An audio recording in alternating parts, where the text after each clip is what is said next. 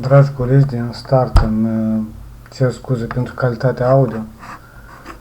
Ideea era că dumneavoastră trebuie să-mi prezentați și mai târziu o să aveți nevoie să prezentați niște imagini la ceea ce ați făcut. Adică de pe calculatorul dumneavoastră trebuie să prezentați niște imagini. E foarte simplu, adică toată lumea, cei cu Windows, asta e și la mine al doilea calculator cu Windows. De exemplu, în mesaj la mine o să primiți un mesaj cu temă nouă de la Ion Chele. Eu primesc încă de la cei la Chișinău. Ion Chele, Classroom, temă nouă. Adică apăsați pe ea și în tema nouă scrie alegeți în următoarea temă, adică punctul 1, punctul 2, punctul 3, punctul 4.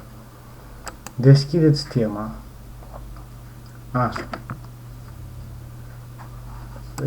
Mie mi-apare cu care cont să-l deschid, că eu am ambele conturi aici și dumneavoastră poate să vă apară. Și mie îmi deschide tema mea, tema dumneavoastră. Uite, așa arată o temă. Tema, și aici este textul. Alegeți tot așa, ceea ce ne dădeau nouă la Chișinău.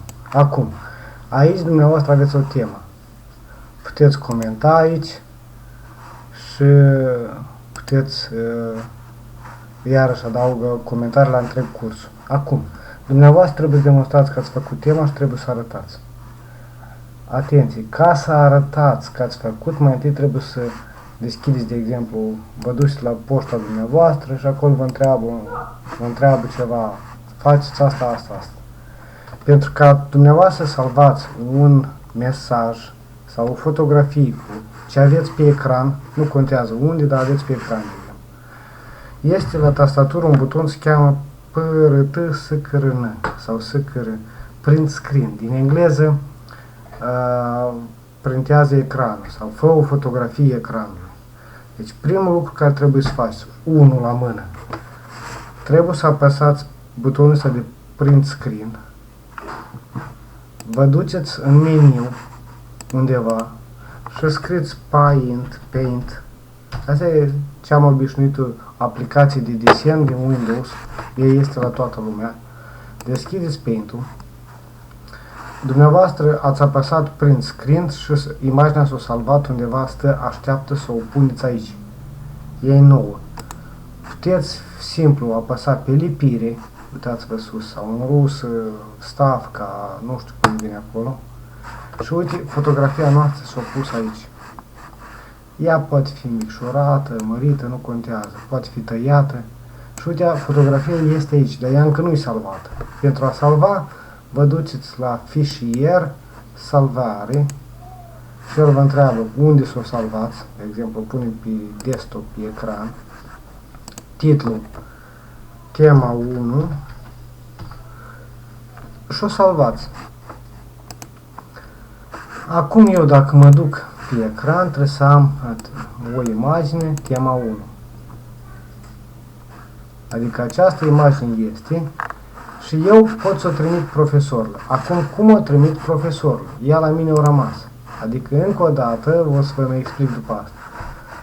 Mă duc la mesaje, unde am intrat eu aici la temă, și scrie, tema este atribuită dumneavoastră. Dumneavoastră trebuie să demonstrați că tema este gata, prin butonul adăugați sau creați. Și adăugați un fișier. Atenție, fișier. Adică dacă aveți vreun file pe Google Drive, poftim. Un link pe internet care să demonstrați că ați făcut, poftim. Documente, fleacuri, încă nu avem nevoie. Apăsăm un fișier, el caută și dumneavoastră trebuie să apăsați la încărcați. Deci dumneavoastră nu aveți asta să lucrează online. Dumneavoastră ați salvat imaginea pe calculator. Și de asta trebuie să apăsați încărcați, să apăsați butonul Browse aici. Vă întreabă unde să găsiți imaginea dumneavoastră. Tot pe desktop, așa, unde ați salvat-o. Ea avea nume la noi, tema 1. Tema 1. Mie mi-a arătat așa. Apăs tema 1, apăs încă o dată, sau de două ori, și ea se încarcă. Și eu am încărcat tema, uite acum, eu am încărcat tema, am demonstrat profesorului că eu am făcut tema și la urmă apăsați predați. Astfel, dumneavoastră scăpați de temă și eu primesc tema și după asta vă pot nota. Aici, în special, există, la temă, există punctajul. Asta va trebui să faceți dumneavoastră. Pentru foarte bine sunt 5 extensii, adică tema mea care mi-a dat să instalez niște extensii, cum am încercat noi să adăugăm extensii pentru să spunem degete pe Meet sau să salvăm. Pentru bine 3 extensii suficient, 0 extensii. Încă și așa este. Deci poți să nu faci nimic și ai suficient. Și după ce ați făcut, predați. Adică dumneavoastră faceți ceea ce vă cer eu în temă. Faceți fotografia, încă o dată cum se face fotografia. Încă o dată. Am intrat undeva, eu pot să-i demonstrez cuiva acolo că eu am făcut tema. Am intrat și am arătat că eu, uite, am făcut în e-mail. De exemplu, eu am intrat în Gmail și am arătat că Gmail-ul meu este personalizat. Că are teme, că am primit una alta, că, de exemplu, că pot șterge niște mesaje și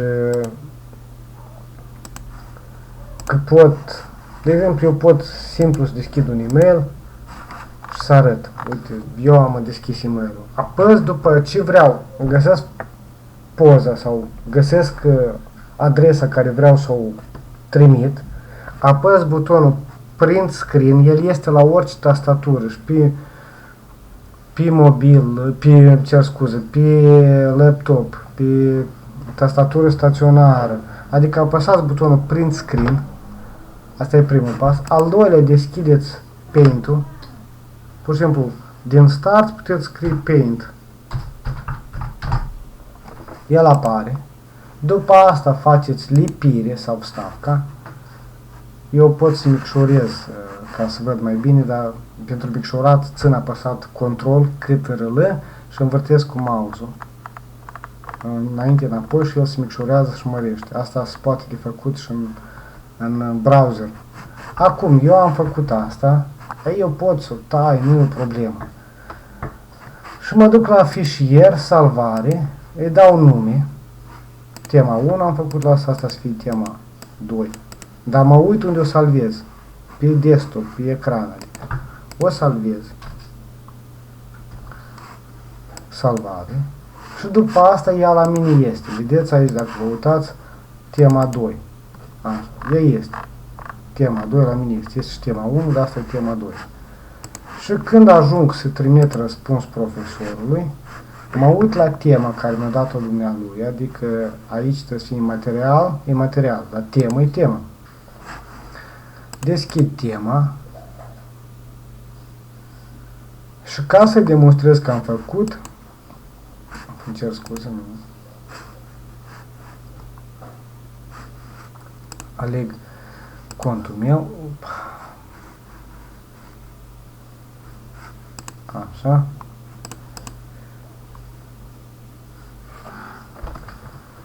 contul meu și aici, uitați-vă, tema este deja, eu am pus o fotografie, eu pot să o șterg, nu e o problemă.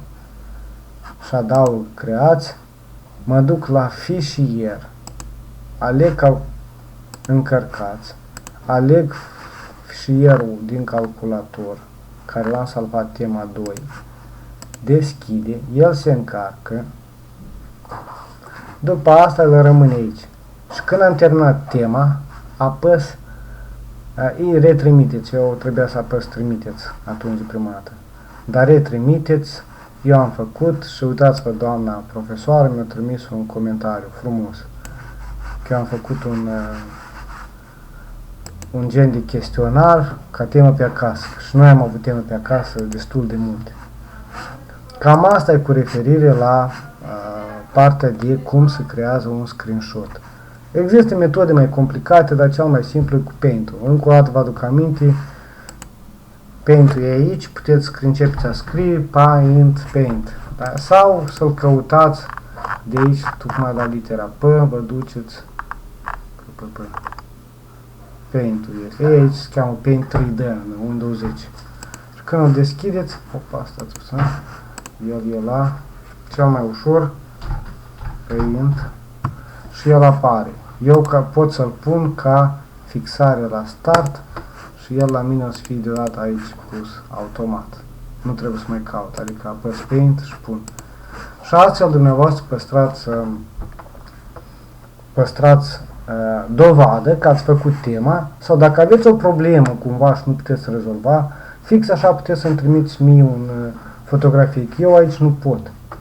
Pe telefon e mai simplu. Telefon tragi cu 3 degete și salvează screenshot-ul, dar la calculator e mai complicat.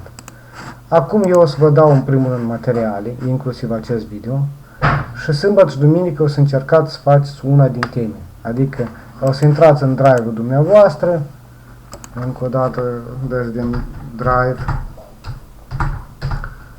și eu acolo vă pun temă, că creați un fișier în drive, creați o mapă în drive și adăugați acolo file-uri. Eu am aici o mulțime de documente. Așa. Și adică eu o să trebuiască să fotografiați. Fix așa apăsați print screen, de exemplu, de la tastatură, deschideți Paint-ul, puneți lipire sau Ctrl-V pentru cei care mai cunosc mai multe și aveți fotografia din drive-ul dumneavoastră. Îmi cer scuze încă o dată pentru calitatea sunetului, nu sunt la calculatorul meu de bază, calculatorul copiilor. Așa. Vă doresc o zi bună și sper să ne vedem și ne auzim cât mai curând și cât mai bine pregătiți.